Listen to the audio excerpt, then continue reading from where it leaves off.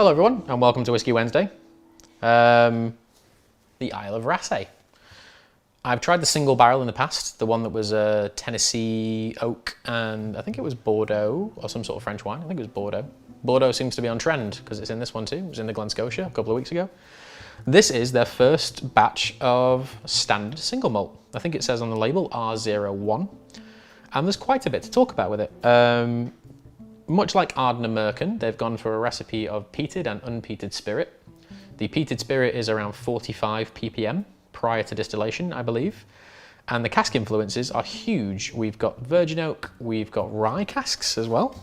Rye whiskey casks, chinkapin oak casks, which only, to my memory, Jura have used with the 212 release a couple of years ago. And we've got some Bordeaux red wine. Both spirits have been in all three casks. I don't know if the rye cask is actually a rye cask or just a high rye bourbon. I think on their website it says high rye bourbon, but still very rye influenced. We are dealing with a natural coloured product, non-chill filter at 46.4%, a beautiful strength. And this bottle of whiskey without shipping from Royal Mile Whiskies cost me 47 quid, which isn't a lot of money for what is granted, 2017, 18, 19, 20, 21, what can maximum be a 5-year-old whiskey. At maximum. But in a beautiful bottle with loads of information on the back of the box with the island population, all the water's filtered through like Jurassic and volcanic rock. The bottle has these cool little ammonite fossils in it all over the place. So they really are, they are out there on the west coast. They're the island that's kind of buttressed in between Skye and the mainland of Scotland.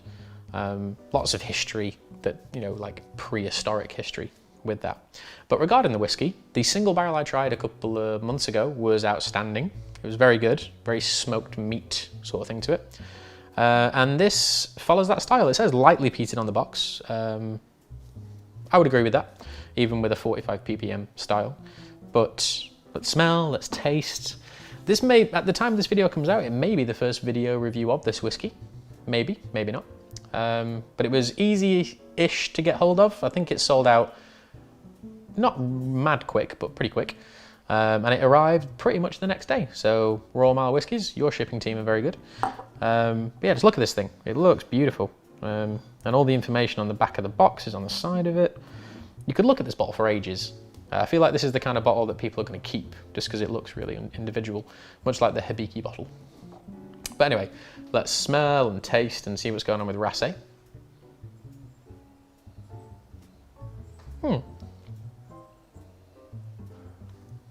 So the nose instantly reminds me of lead chick, which for all you whiskey fans out there is always a good thing. Specifically the lead chick 10, nothing older than that. That dry, smoky, kind of like smoke machine, school dance hall situation. Kind of minerally. I don't know what the definition of the word mineralic is. We see it, I've used it a lot, but it's being used more now, but that kind of dry chalkiness, wet Pebble Beach sort of smell. Amazingly, for something which has virgin oak and rye influence, there's not loads of caramel and there's not loads of vanilla. But saying that, it is a 5-year-old moderately peated spirit, even though it says lightly on the side of it. So, the youthfulness of that peat will always be the dominant flavour. So no matter how many casks you throw it at, I think, the smoke will always be the dominant thing at a young age. Yeah, but it's got these nice, salty, coastal, smoky notes to it. There's nothing really jumping out with the cask influences, I'll be honest with you. Thinking about the Glen Scotia Bordeaux, and then trying to compare like some of the notes to this, there is a fruitiness to it. Oh, and one thing I did forget to mention, the fermentation time on this is literally insane. It's fermented for 5 days.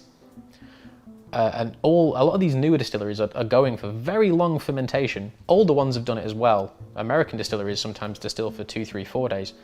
I think it's something like 115 or 118 hours fermentation time. The longer you ferment the beer or the wort, the more citric tones you get out of it, like apple and banana. But mixing peated with unpeated spirit in this case, I think the peat is so dominant. There is a slight fruitiness to it, and maybe the Bordeaux is backing that up, but it's not huge. Maybe just like again, like a strawberry note and like a red berry note.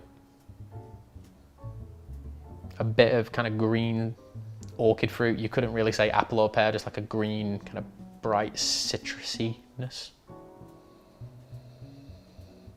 But the overriding thing is this lush, gentle, drying, minerally style of smoke. And given all of this sort of Jurassic and volcanic filtration of their water, that kind of minerally note should kind of be front of the list in my mind, which it is. But let's taste it and see what's going on.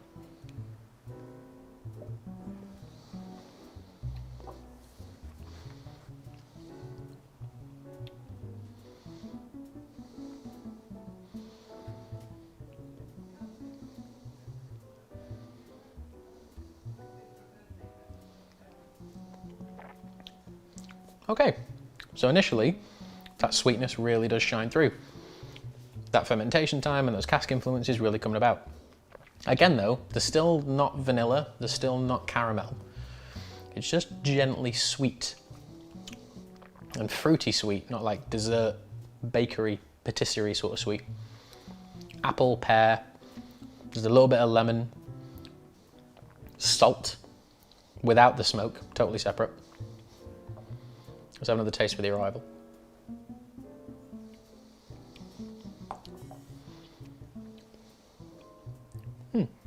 Yeah, light orchid fruits, kind of juicy, ripe flavors. Then as it gets to the back of the tongue, the smoke seems to like do like a full 180 and come back towards the front of your palate, kind of tickles the front of your tongue a bit. It's not dry.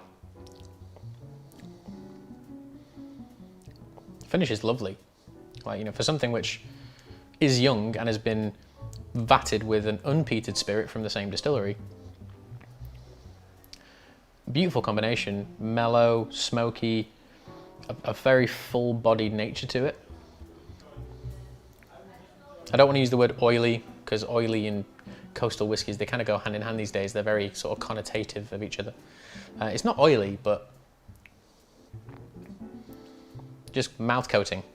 Kind of the same thing, right? Semantics, but it doesn't have that kind of dirtiness that an Ardbeg or a Laphroaig has, or even some Ledschigs.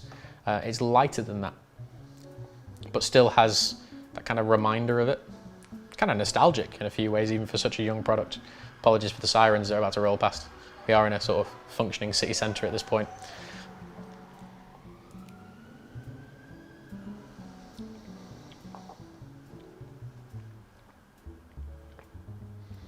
The more you drink it, the sweeter the arrival is.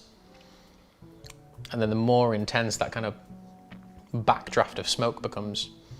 And then you get some of those smoked meat flavours I was talking about with the single cast they did almost a year ago, I think, or maybe even a few months ago. Yeah, smoked meats, deli meats like pastrami and pepperoni and salami, flavours like that. And it kind of dipping its toe into that almost hydrocarbony diesel fishing boat thing, which we've had with like peated Loch Lomans and things in the past. Some Ardbegs too. Weirdly enough, now I've said the word Ardbeg and Ledschig, it's almost as if you took like Ardbeg Uigeadail and took it down a bit. Because that's, excuse me, that's 54.2%. This is 46.4. It almost does feel like you've taken the contents of Uigeadail, which is mainly bourbon and sherry, and just pulled it back a little bit and made it a little sweeter, which in my mind is a beautiful thing, because I love Ardbeg Uigeadail, but it can just be a bit monstrous at times. Whereas this seems to have got that initial balance wonderful. The nose is a little muted, I'll be honest with you. All these cask influences, I don't think they're doing, they clearly work because it works on the palate, but I don't think there's loads coming off the nose apart from the smoke, but that's expected at a whiskey of this age. But yeah, the finish is long and lovely and smoky. The initial arrival is sweet and mouth coating and kind of ripe and fruity. It covers all corners of Scotch whiskey in many, many different ways. I think for a 5-year-old product, that's beautiful. It very much reminds me of what Arden and Merkin would be like if they turned the peat up a little bit and used, well, no, the cask influence doesn't really matter. But these guys in Ardnamurchan, Merkin, I'm really keeping my eyes on. This gets a solid 8.5. I think that's delicious. It's only £47. I think I paid 54 with shipping, but let's ignore that.